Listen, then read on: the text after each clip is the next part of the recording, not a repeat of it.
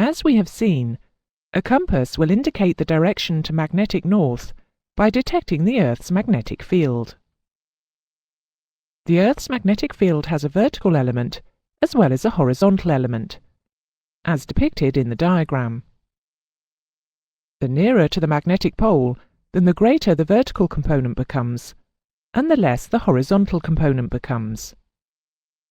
Eventually, at the pole, the vertical element becomes 90 degrees, due to the magnetic pole being directly below the position.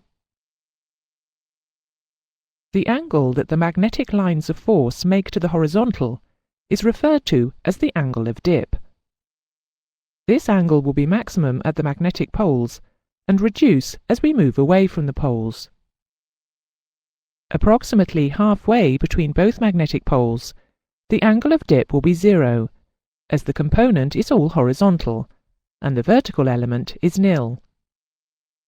The position where this occurs is referred to as the magnetic equator. It is undesirable for a compass system to be influenced by the vertical element of the Earth's magnetic field, as this can induce errors. The horizontal element is used by the compass to determine magnetic north, and this is known as directive force. As can be seen in the diagram, the angle of dip will vary with increasing magnetic latitude.